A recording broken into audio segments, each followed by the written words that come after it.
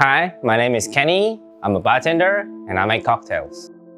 Normally every day I wake up in the morning around 10 or 9 o'clock. I went to the groceries. I need to buy some fresh ingredients for the bar, like mint, oranges and all that. And then came into the bar, turn on the coffee machine because I need coffee in the morning. Straight away set up all the air cons and all the exhausts to make sure the air all circulated, because during the day the bar can be really hot. And then check all the fridges, prep what needs to be prepped, cut what needs to be cut. And then when the staff, all my boys coming in, start delegating what they need to do for the cleanups, what they need to focus on, or after the cleanup, they can help me out with all the cuttings and all the extra bits and pieces. And then around 5, that's when the service started. So during the day, we got pretty good crowd. So it's very nice and chill during daytime for evening drinks. And then the rush hour picking up around just after dinner usually, all the way till midnight to 1 a.m. Yeah, smash it all out. And then pretty close, go home and sleep, yeah. So let's start from the very beginning. I started on F&B in 2005. So that's around 18 years now to today.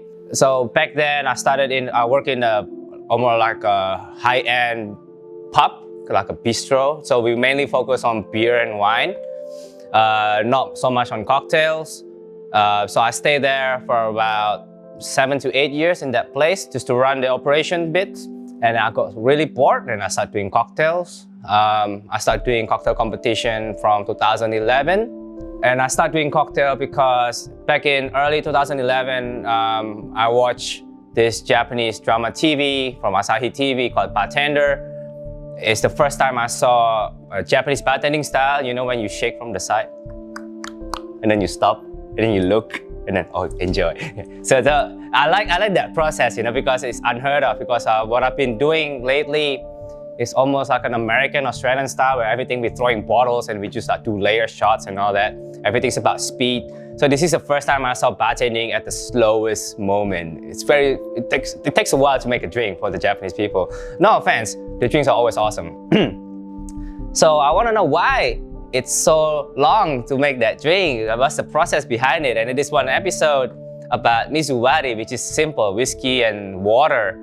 And this one particular client was really old and he said, oh, I don't like your drink. And this bartender is supposed to be the world champion of whatever.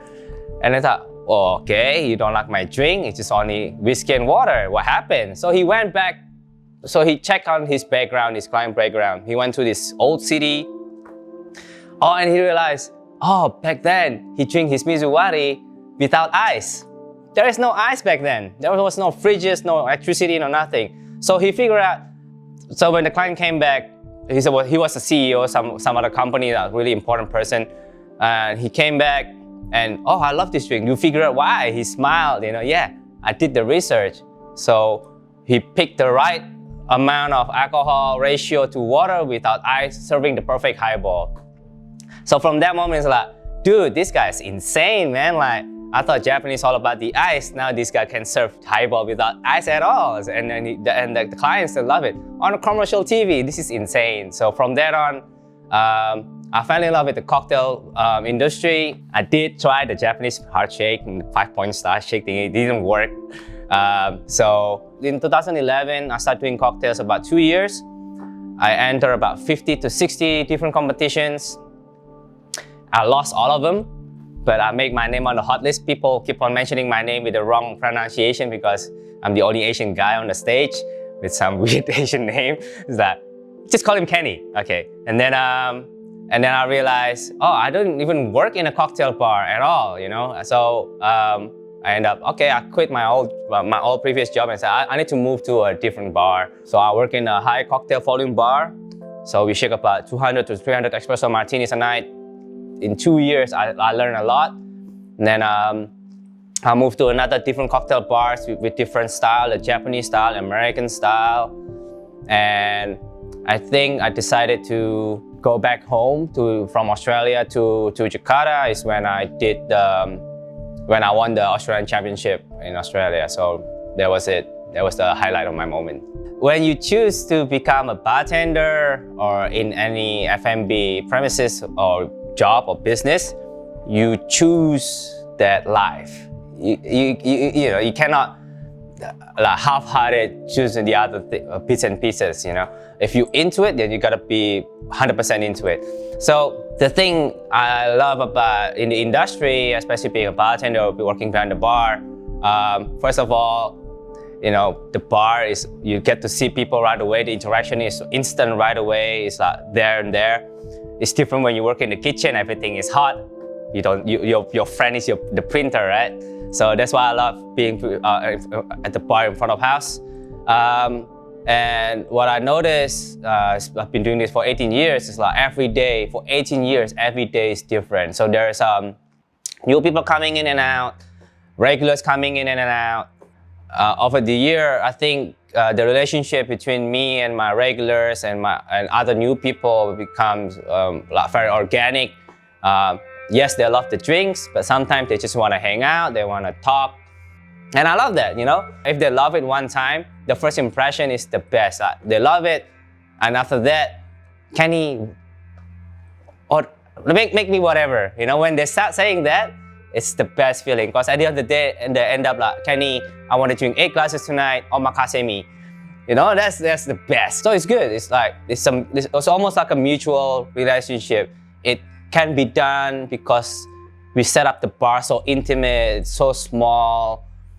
People can talk. The main thing is talk. If they sitting alone, I still can talk to them. Even though it's really busy, I still can chat with them as well. So that's what's really important. That's what we're here for. My biggest challenge, it's got to be my physical and mental health. Physically, the job is very demanding. You're always on your feet about 12 hours a day, especially with the pressure coming in and out during service.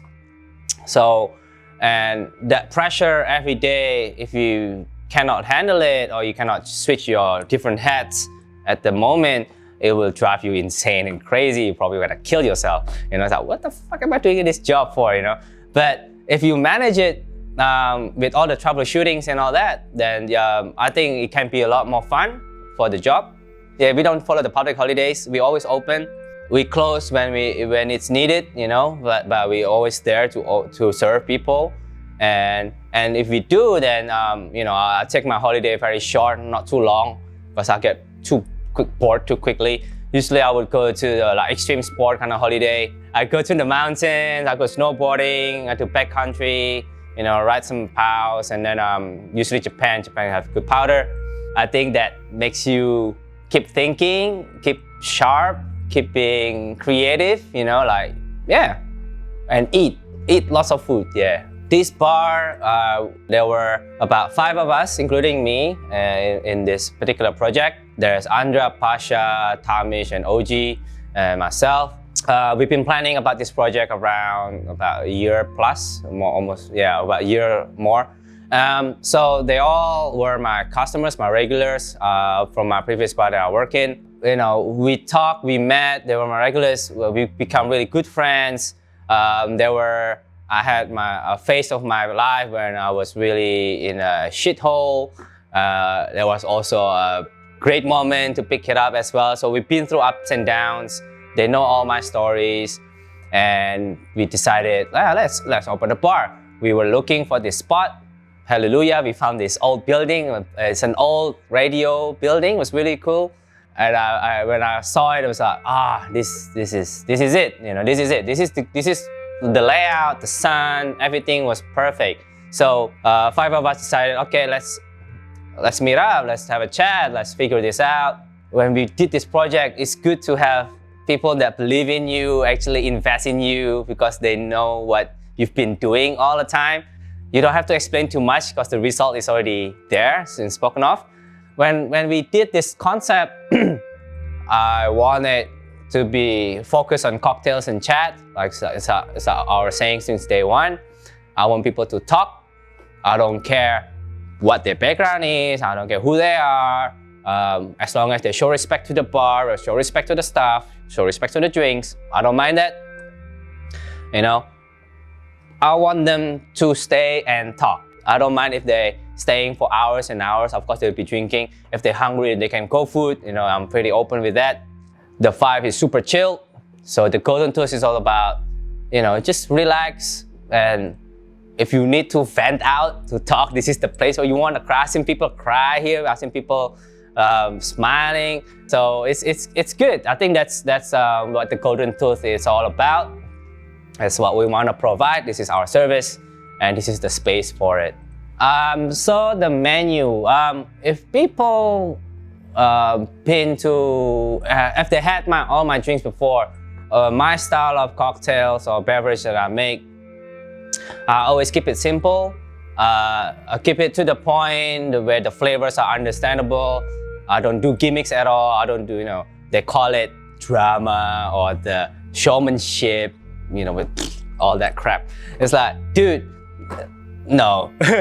I like it simple, I like it clean, so they focus on the drinks because they have the drink, they taste it, it tastes good, and then they go back to the conversation, Again, the combination of flavor, I like to play with bottles. I don't do so much about homemade products or infusions and all that. I like to play with weird bottles. So I think this is what the true nature of the bartendering is.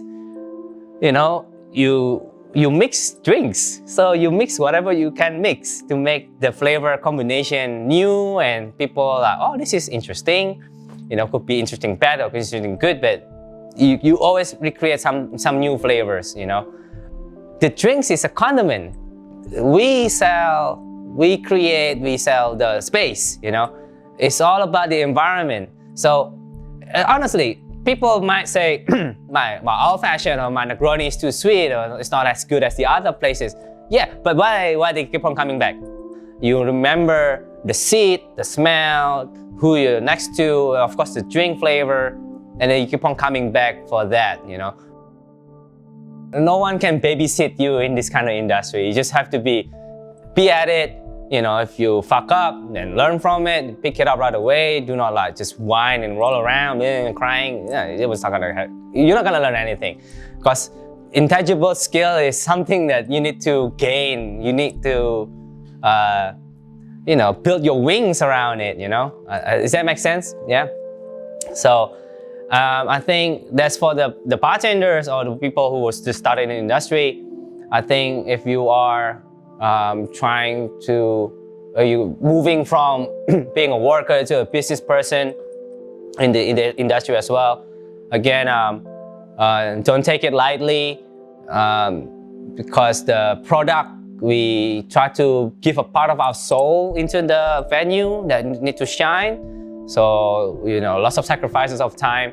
It's not about the money, it's always about the people, People will always come back if you genuinely and humbly accept them, So my message for the world, I guess, I think slow down is a good thing. You need to stop sometimes. I think I do this all the time at the bar. It's busy, and then I just stop. Look at the girls, look at the boys, look at everything. Everyone's getting good drinks. Everyone's happy, smiling, sounds good. Okay, back on track. Push, So if you can stop and look when everything is so much happening, you can learn quickly as well. Oh, if the flow is wrong or the flow is right, I guess that works also in the general life. You just step back and enjoy it. Okay, it's good. I'm chill. Play Xbox or something. Yeah.